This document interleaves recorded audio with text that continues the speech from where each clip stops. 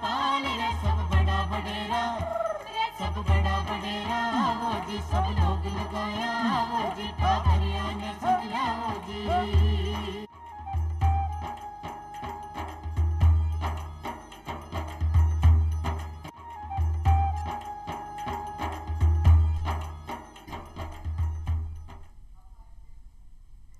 चौपाल देखवाड़ा सगला ग्रामीण भाई बहना ने राम राम सा भाई बहना ज्यादा चौपाल रे मैं यहाँ पर रोजीना नवा नवा विषय ले रहता है करा और खासा महत्व जानकारी हासिल करा।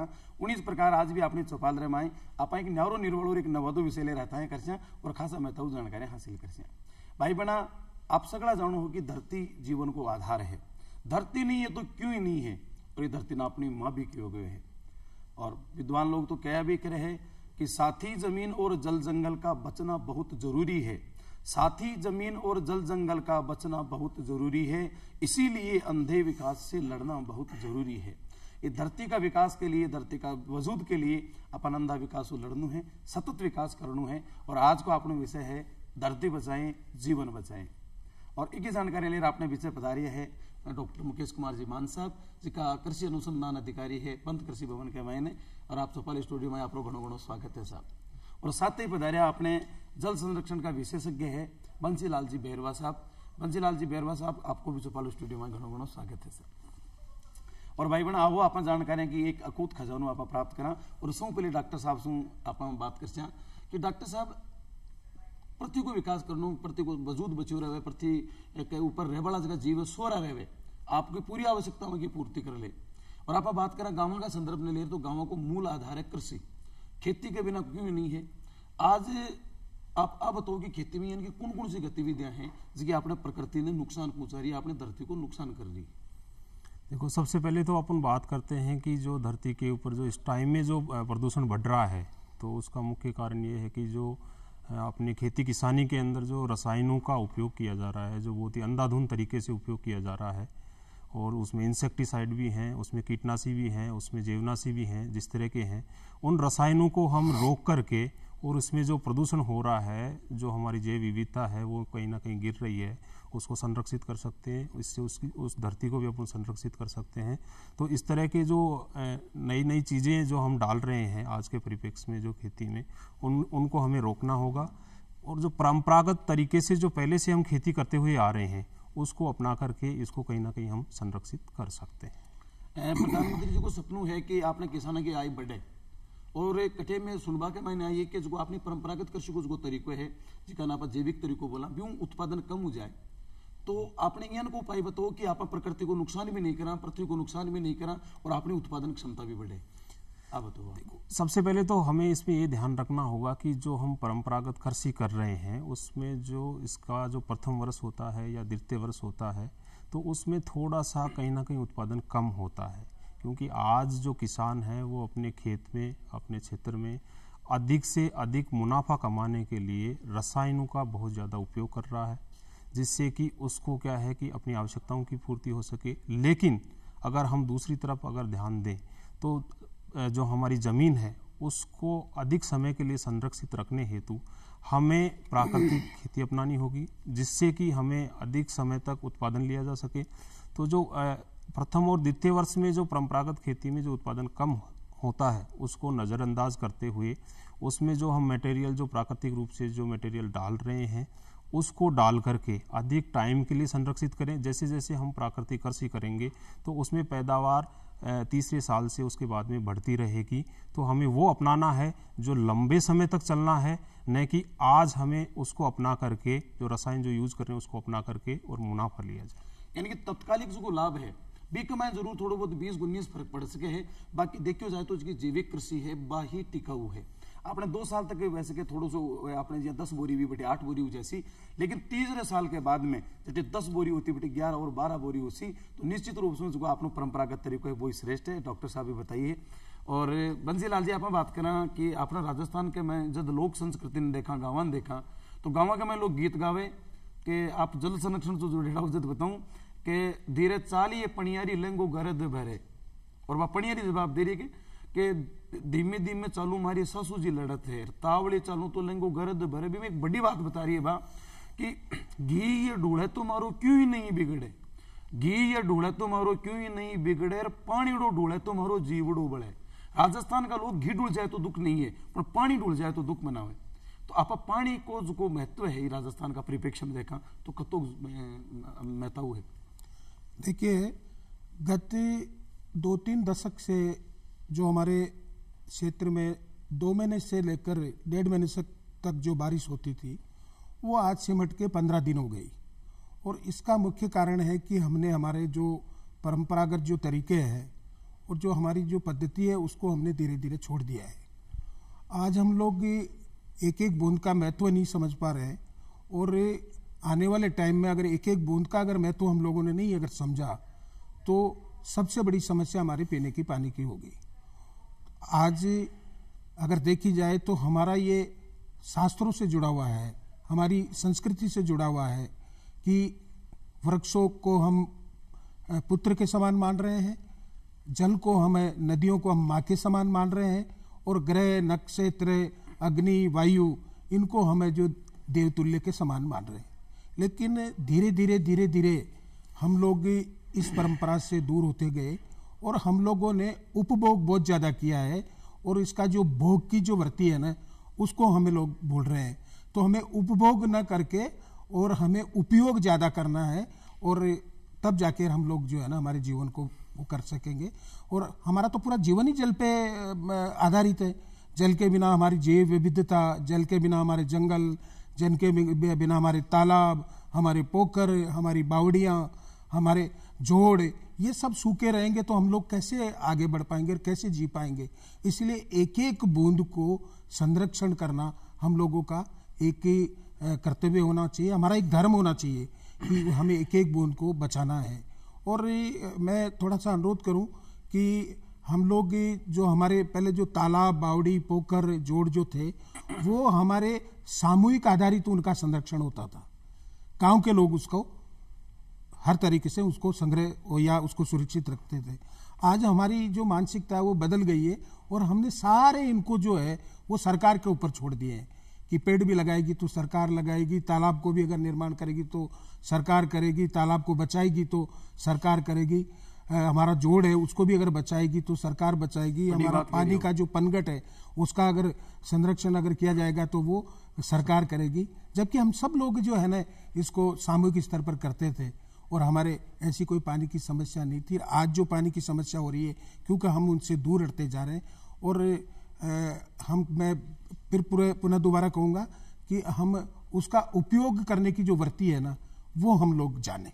बहुत बड़ी बात बताइए बंसीलाल जी की आप उपभोग न करा, उपभोग आप एक फालतू के रूप में भी कर सका, लेकिन उपयोग है जिसकी अपने जीवन की आवश्यकता है बाकी लिए करो जाए है। और एक बहुत फूटरी बात बताई कि पेड़ लगा सी सरकार, पानी बचा सी सरकार, पानी ने सूत्रों राख सी सरकार, सरकार का भरोसा नहीं रह रहा। हर एक आदमी ने अपन जागरूक रहना है। यदि आप पर्यावरण न बचा सका, पृथ्वी को संरक्षण कर सका, पृथ्वी ने बचा सका, बड़ी बात है बेरवा जी। और आप पानी की बात बताइए कि हर को तो आपने तो गीता में, आपने लोक में, कहावता में कि राम चिणायो राम सर लिचमण बांधे पाल, सीता माता ल्यावरे माटी, यानी राम जी ने भी ये बताया है कि ए भी अपनी प्रकृति ने बचावा में लागे। राजा जी खुदाया ना डिया और जेठ जी खुदाया संबंध तड़ाव। तो अपना सारा परिवार का अपना हर एक तत्व ने आपा ये प्रकृति जोड़ माने। तुलसीदास जी तो रामचरितमानस में कहेगा क्षिति जल पावक गगन समीरा, पंच तत्व ये अधम शरीरा, पृथ्वी आकाश अग्नि पानी, आंख बिना शरीर को वजूद ही नहीं है, इसो यो बने हैं। डॉक्टर साहब आप पहले भी बहुत अच्छी बात बताई कि इसकी परंपरागत कृषि है भाई बचा सके, तो अपनी क्या ना पड़ेगी, अपनी माटी है, खेत की जमीन है, वह कितनी प्रदूषित हो चुकी, एक यहाँ पर जांच करवा फिर भी का स्वास्थ्य में सुधार कर सका।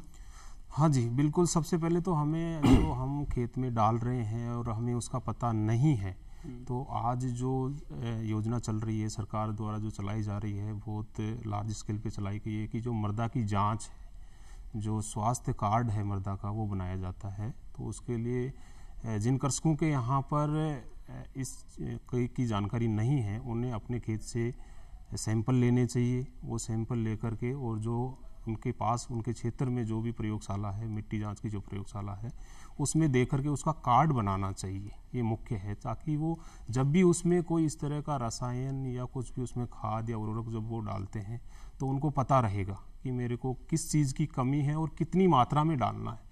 तो वो जो कहीं अधिक मात्रा में डालते हैं या फिर जो कमी रहती है तो उसका वो संतुलन बना करके और उसमें वो डाल सकते हैं, तो उससे उसका पूरा पता चल जाएगा। वो सोयल हेल्थ कार्ड बोले अंग्रेजी सोइल हेल्थ कार्ड। अच्छा, वो एक हर आदमी ने आपकी जमीन की जांच करवा करनी चाहिए। पच्चे भी डॉक्टर साहब जी बतायो भी के मैंने अपन बात तत्वों की पूर्ति के लिए पेस्टिसाइड या रासायनिक खाद काम में नहीं लेनू है, अपन वो ही परंपरागत जो अपनो जैविक खाद है वो काम लिया और बी के माध्यम से बी की पूर्ति करा। एक कभी बेरवा जी बहुत बड़ी बात बताई, जैव विविधता।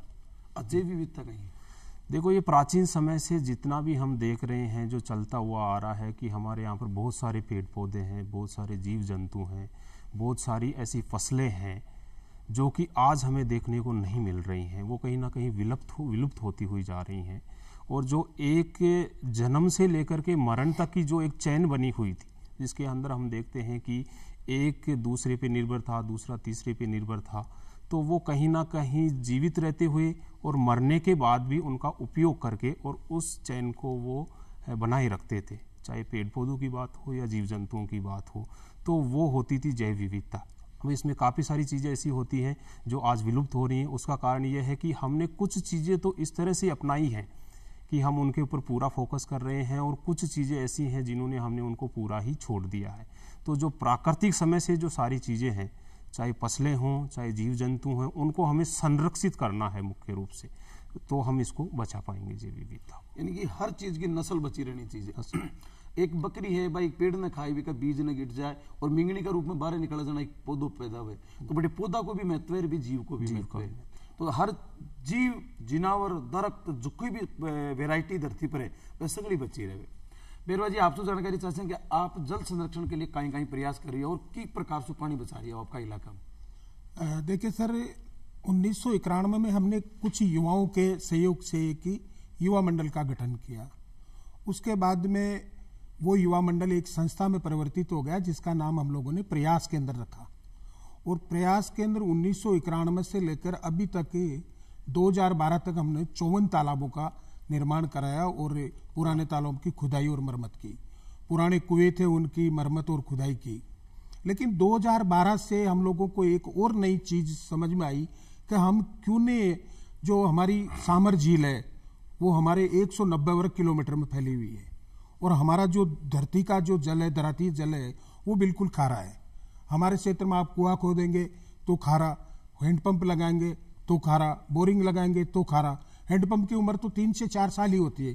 तो हमने 2012 से एक नया प्रयोग चालू किया और वो किया कि प्रत्येक परिवार को वर्षा जल को संग्रहण करके और 12 महीने तक उसको पीने का पानी उपलब्ध कराना।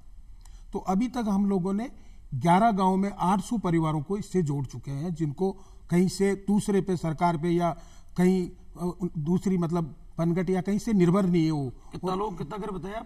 800 परिवारों को जो हम लोगों ने 11 गांवों में वो वर्षा जल से जोड़ के टांके बनाकर दिए। उसमें हमारी सहयोगी एक एजेंसी है वाटर हार्वेस्ट उदयपुर, उन्होंने हमें इसमें आर्थिक सहयोग किया है।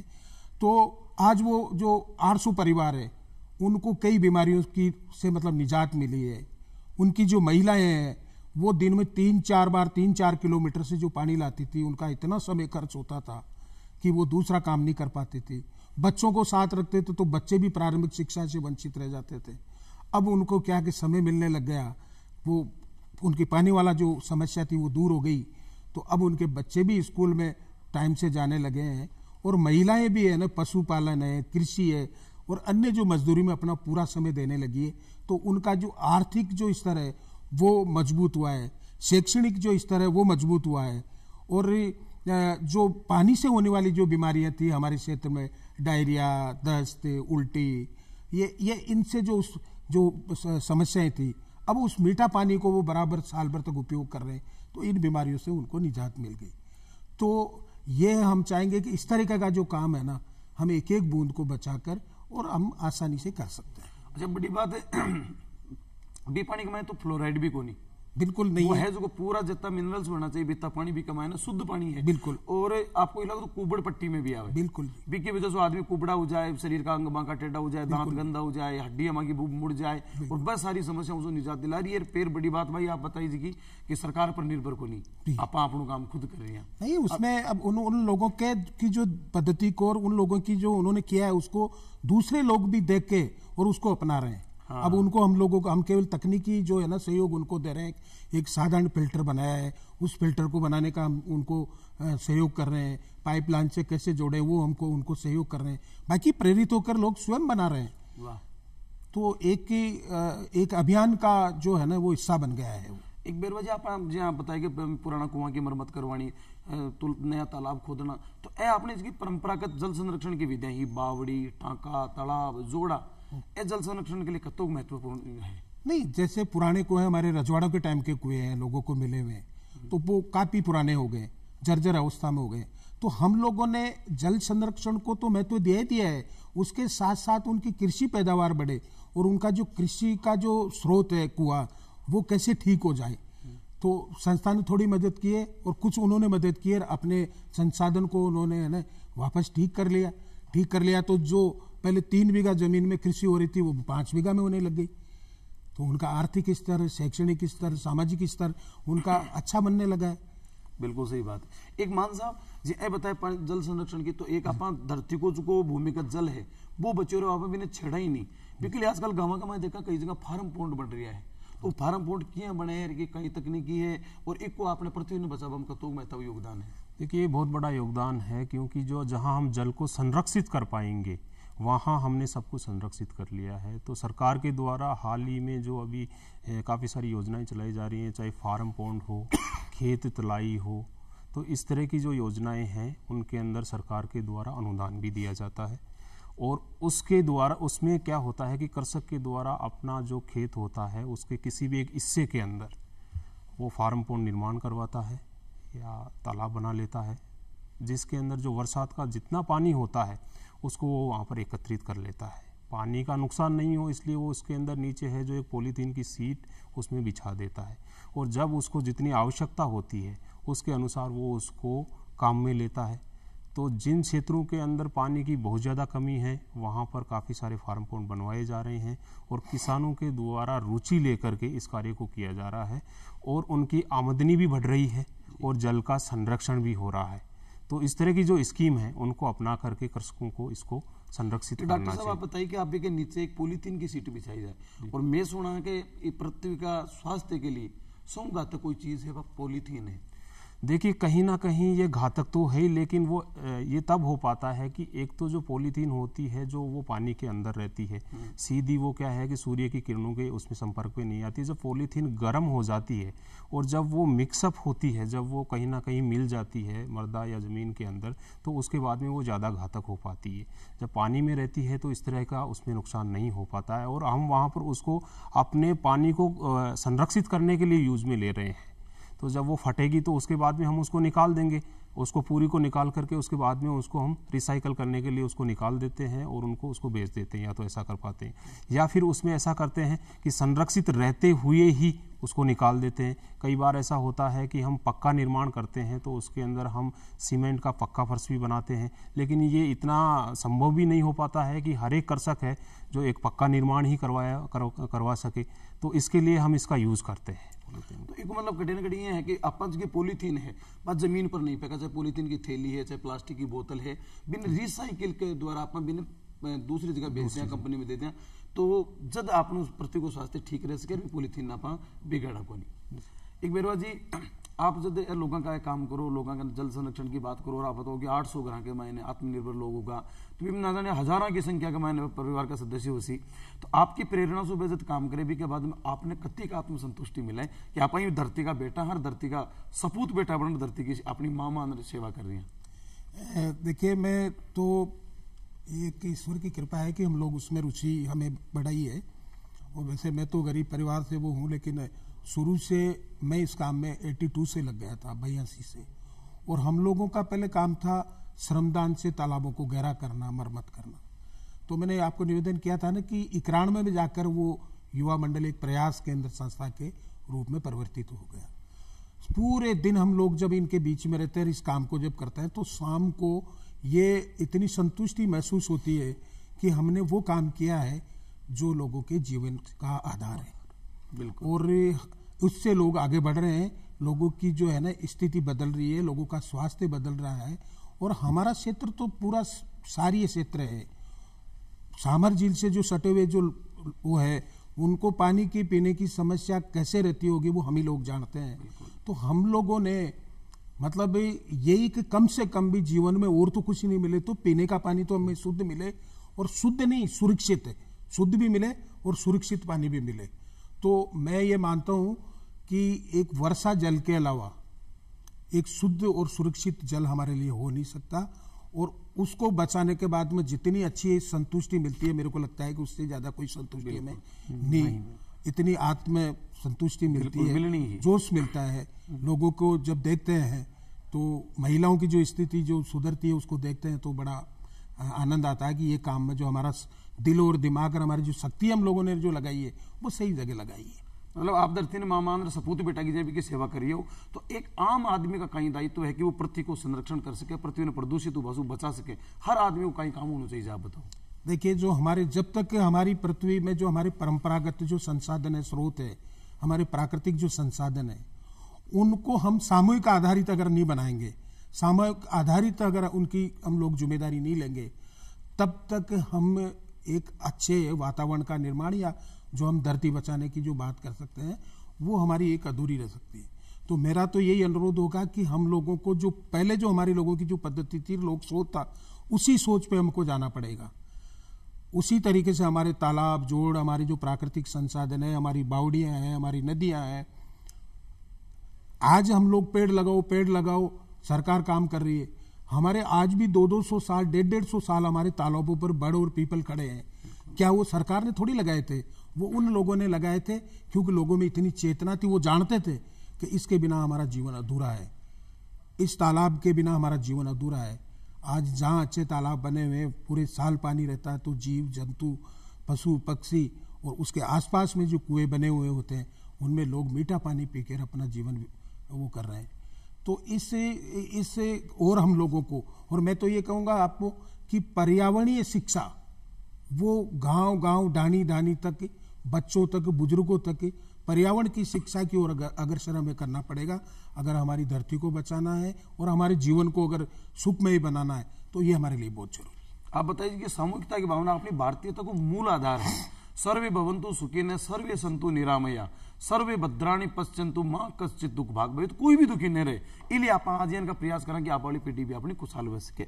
एक डॉक्टर साहब देखा ग्लोबल वार्मिंग की बहुत बात सुना कि ग्लेशियर पिघलता जा रहा है, ग्लोबल वार्मिंग हो रही है, वो भी कट्टे न कट्टे पृथ्वी के लिए घातक है। तो ये ग्लोबल वार्मिंग ने रोकबा में एक आप आम आदमी का रूप में कई भूमिका निभाओ।